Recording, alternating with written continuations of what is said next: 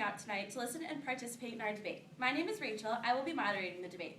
Our debaters tonight are Colette and Ben. They will be arguing in defense of Joe Paterno not being fired over the sex scandal that occurred at Penn State. Lauren and Brett will be arguing that the termination of Joe Paterno was the right thing to do when dealing with this scandal. This debate is occurring tonight because it is a very controversial issue that has been circling throughout media outlets worldwide.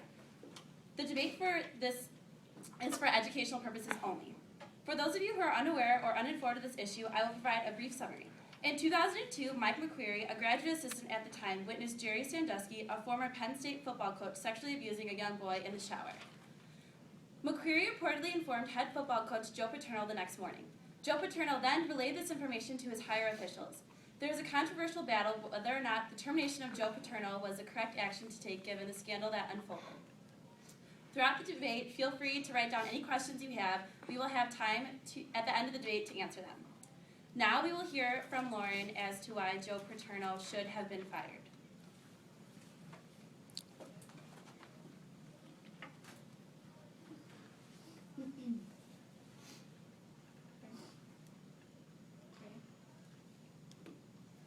Observation 1, Significance. Attorney Grand Jury Report 11. The grand jury conducted an investigation into reporting sexual assaults of minor male children by Gerald A. Sandusky over a period of years while Sandusky was a football coach for the Pennsylvania State University football team and after he retired from coaching. Jerry Sandusky, the subject of the investigation, founded the charity foundation The Second Mile. He devoted his time and energy initially assumed to help troubled young boys. It was within the Second Mile program that Sandusky violated his first victims. Sandusky was working for Penn State for 23 years and as a defensive coordinator of its Division I football program. During this time period, Sandusky was kept under the radar for his crimes as he openly committed to helpless young boys. 8 young boys were sexually assaulted by this man in several different ways. Observation 2, Harms. Mike McQuarrie interview Penn State coach speaks about alleged crimes of Jerry Sandusky. Greenberg 11. According to the grand jury report, McQuarrie witnessed former Penn State football coach Jerry Sandusky sexually abusing a young boy in the shower at Penn State locker facility in 2002.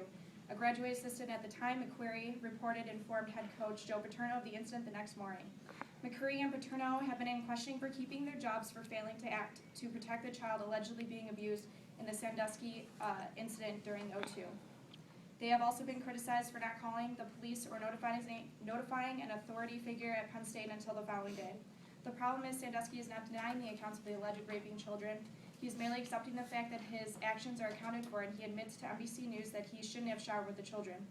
Without Paterno, McQuarrie, and Sandusky getting fired, it will create an everlasting message to the public that Penn State football condones touching and showering with little boys.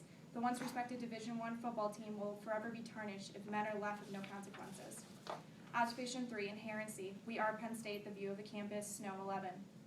The underlying problem from firing these 3 guilty men of a horrific crime is their background and reputation for Penn State Division I football team. Currently, Sandusky is being charged with 40 criminal accounts and a current bond of $100,000. But no one is saying the real alleged issue here, which is the concern and image of the future of Penn State's positive reputation for the last several decades. Proud to be a Penn Stater, Needle, Troya, and Leto 11. In order to reconcile with the public, Penn State is willing to join the Rainans organization, which is one of the largest anti-sexual violence organizations in the country, to launch a Penn State-specific donation campaign. By doing so, Penn State is hoping to show that the world what a proud Penn Stater really is and how Penn State is much bigger than the alleged actions of a few people. Will money and donations from alumni and current students really take away from the experiences these children had to go through during their most primitive developmental years? The answer is no. There should be a further reconciliation from the school by proving that there will never be an instance like this again at Penn State. Observation 4, Topicality. Penn State should take further action in firing Joe Paterno because of his lack of responsibility he took towards following up with Jerry Sandusky's actions of touching little boys. Penn State should also fire Mike McQuarrie for witnessing Sandusky's actions and not seeking justice for his crime. Observation 5, Solvency.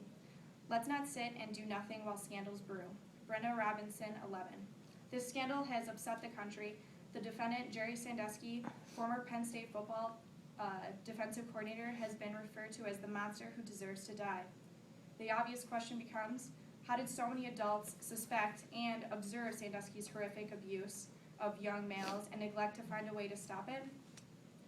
Some people can remember the 1972 Watergate scandal. Richard Nixon and some of his staff covered up the break-ins at Democratic Committee headquarters at the Watergate Hotel in Washington, D.C. This cover-up led to Nixon's impeachment and the imprisonment for some staff members. The Rod Blagojevich scandal included political figures covering up their knowledge of Blagojevich's attempt to sell former Senate seat of now President Barack Obama. The scandal, although different in topic, was the same in the sense that taking Nixon out of presidency and Blagojevich out of office in order to develop a better positive image for the Americans. The leader should be someone who protects its people, not lies to them, like Paterno did.